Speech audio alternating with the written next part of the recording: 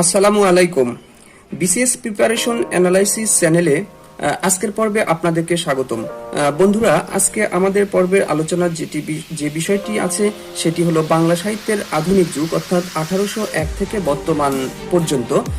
এই সময়টিতে বাংলা সাহিত্যের যে সকল গুরুত্বপূর্ণ মহামানব গুরুত্বপূর্ণ লেখক কবি রয়েছেন, তাদের যে সকল লেখনী, তাদের যে সকল কাব্য গ্রন্থ, উপন্যাস আজকে আপনাদের সামনে আমি তুলে ধরার চেষ্টা করব। আপনারা আমার এই চ্যানেলের সঙ্গে থাকুন এবং আমার চ্যানেলের সকল ভিডিও অনুসরণ করতে থাকুন। আশা করি আপনারা যে কোনো প্রতিযোগিতামূলক পরীক্ষায় অবশ্যই উপকৃত হবেন। প্রথম প্রশ্নটি হলো, বাংলা ভাষার প্রথম গদ্য বইয়ের নাম কি? বাংলা ভাষার প্রথম গদ্য বইয়ের নাম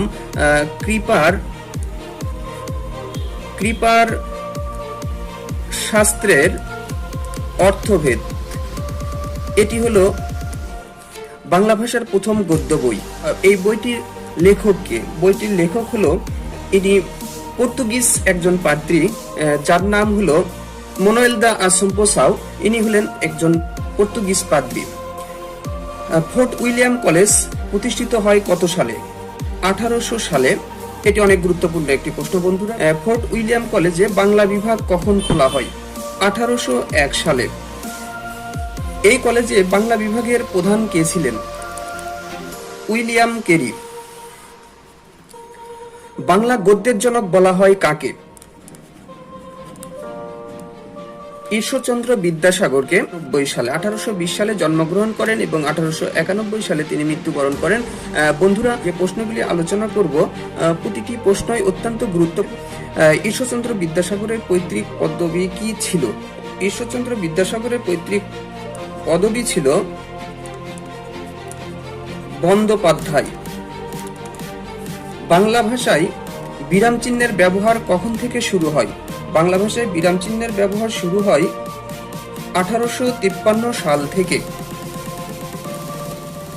শেক্সপিয়রের কমেডি অফ ইয়র্স অবলম্বনে রচিত ভ্রান্তি বিলাস।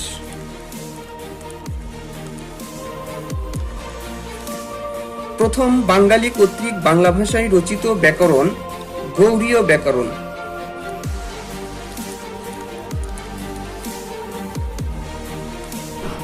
গৌড়ীয় ব্যাকরণ এটি 1833 সালে রচিত হয়। এটি রচনা করেন, গৌড়ীয় ব্যাকরণ রচনা করেন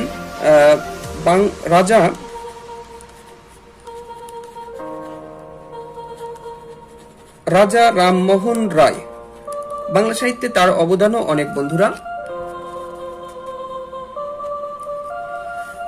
আমাদের পরবর্তী প্রশ্নটি হলো, সতীদাহ প্রথা রহিতকরণে কার বা কাদের ভূমিকা বেশি এবং কত সালে এটি রহিত করা হয়?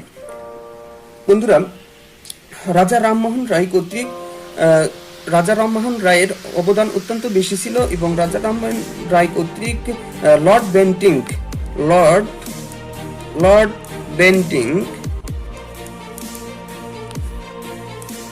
1829 সালে সতীদাহ প্রথা রহিত করেন। বঙ্কিমচন্দ্রের উপাধি কি? বঙ্কিমচন্দ্রের উপাধি হলো সাহিত্য সম্রাট। বন্ধুরা, আমরা অন্য আরেকটি পর্বে বিভিন্ন কবি লেখকের যে সকল ছদ্মনাম বা উপাধি রয়েছে এসব বিষয় নিয়ে আমরা পরবর্তী পর্বে বিস্তারিত আলোচনা করব। বাংলা উপন্যাসের জনক বলা হয় কাকে? বাংলা উপন্যাসের জনক বলা হয় বঙ্কিমচন্দ্র চট্টোপাধ্যায়কে। বঙ্কিমচন্দ্র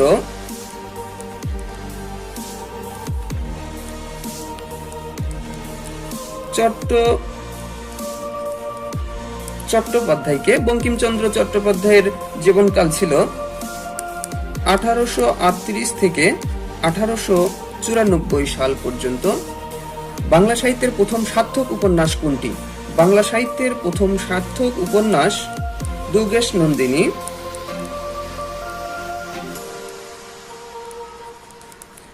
দুর্গেশ নন্দিনী এটি রচিত হয় 1865 সালে।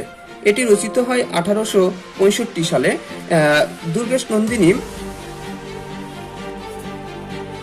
দুর্গেশ নন্দিনী উপন্যাসটি কে রচনা করে? বঙ্কিমচন্দ্র চট্টোপাধ্যায়। বঙ্কিমচন্দ্র চট্টোপাধ্যায়। বাংলা সাহিত্যের প্রথম রোমান্টিক উপন্যাস কোনটি? বাংলা সাহিত্যের প্রথম রোমান্টিক উপন্যাস কপালকুণ্ডলা।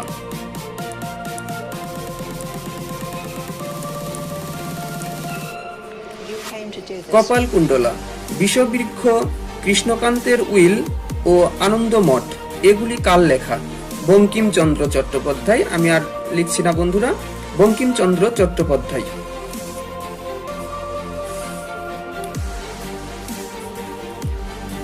বাংলা সাহিত্যের প্রথম বিদ্রোহী ও আধুনিক কবি বলা হয় কাকে? বন্ধুরা লক্ষ্য করুন, আমরা বিদ্রোহী কবি বলতে আমরা কাজী নজরুল ইসলামকে বুঝে থাকি, কিন্তু বাংলা সাহিত্যের প্রথম বিদ্রোহী এবং আধুনিক কবি, বিদ্রোহী এবং আধুনিক কবি বলা হয় কাকে? তাহলে বাংলা সাহিত্যের প্রথম বিদ্রোহী এবং আধুনিক কবি বলা হয়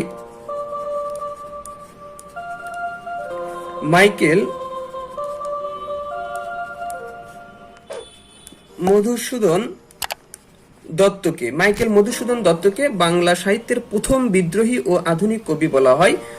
ইনার জীবনকাল 1824 থেকে 1874 পর্যন্ত। বন্ধুরা সম্ভবত আমি এটি ভুল করে ফেলেছি, দুঃখিত। 1824 থেকে 1873 সাল পর্যন্ত। রবীন্দ্রনাথ ঠাকুর বাংলার কত সালে জন্মগ্রহণ করেন? বন্ধুরা রবীন্দ্রনাথ ঠাকুর জন্মগ্রহণ করেন বাংলার কত সালে? 25শে বৈশাখ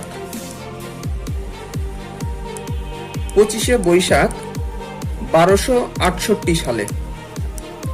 রবীন্দ্রনাথ ঠাকুর 25শে বৈশাখ 1268 সালে জন্মগ্রহণ করেন। বন্ধুরা এখানে একটি বিষয় লক্ষ্য করার, সেটি হলো রবীন্দ্রনাথ ঠাকুর এবং কাজী নজরুল ইসলাম এই দুইজন মহামানবের যে সকল অবদান রয়েছে তাদের প্রত্যেকজনের আলাদা আলাদা করে যদি আমি 2টি 3টি 5টি করে পর্ব করতে চাই আসলে শেষ করতে পারবো না। সুতরাং এই রবীন্দ্রনাথ ঠাকুর এবং কাজী নজরুল ইসলামের যে সকল অবদান রয়েছে, যে সকল পর্ব রয়েছে, আপনারা বিভিন্ন বইয়ে বিস্তারিতভাবে আয়ত্ত করার চেষ্টা করবেন, কেননা এখানে সংক্ষিপ্তভাবে তাদের দুইজনের জীবনী এইভাবে তুলে দেওয়া অনেক সময় সাপেক্ষ। আমরা পরবর্তী প্রশ্নে আসি। বন্ধুরা রবীন্দ্রনাথ ঠাকুর কত সালে নোবেল পুরস্কার পান? 1913 সালে। 1913 সালে। আমাদের পরবর্তী প্রশ্নটি হচ্ছে, গীতাঞ্জলিতে মোট কতটি কবিতা ও গান রয়েছে?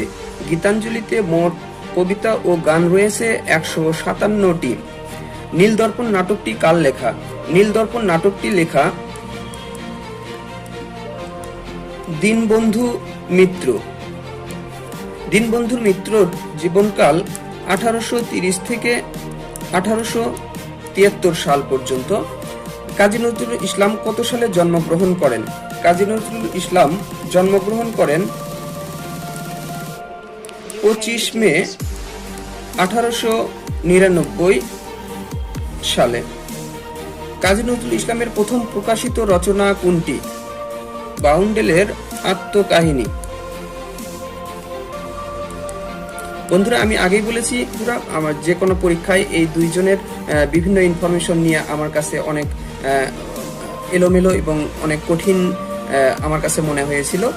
আপনারা এই জন্য এই দুইজন লেখকের অবদান ভালোভাবে আয়ত্ত করার চেষ্টা করবেন। পরবর্তী প্রশ্নে আমরা আসি যে তার প্রথম প্রকাশিত কাব্যগ্রন্থ কোনটি? কাজী নজরুল ইসলামের প্রথম প্রকাশিত কাব্যগ্রন্থ অগ্নিবীণা। অগ্নিবীণার প্রথম কবিতা কোনটি? অগ্নিবীণার প্রথম কবিতাটা হলো প্রলয় উল্লাস। বাঁধনহারা, মৃত্যুক্ষুধা ও কুহেলিকা উপন্যাসগুলি কার লেখা? উপন্যাসগুলি কাজী নজরুল ইসলাম।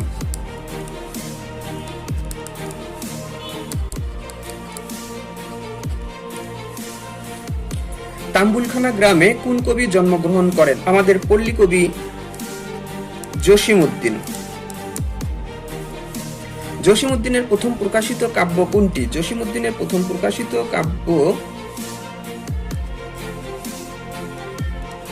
রাখালি। নকশিকাঁথার মাঠ সুজন বাদিয়ার ঘাট ও মা যে জননী কান্দে কার লেখা?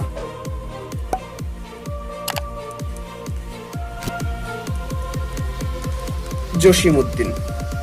বন্ধুরা, আজ আমরা আধুনিক যুগের এই 30টি গুরুত্বপূর্ণ প্রশ্ন জানার চেষ্টা করলাম। আশা করি এই সকল প্রশ্নের ভিতর থেকে আপনারা কোনো না কোনো প্রশ্ন আপনারা যে কোনো পরীক্ষায় কমন পাবেন।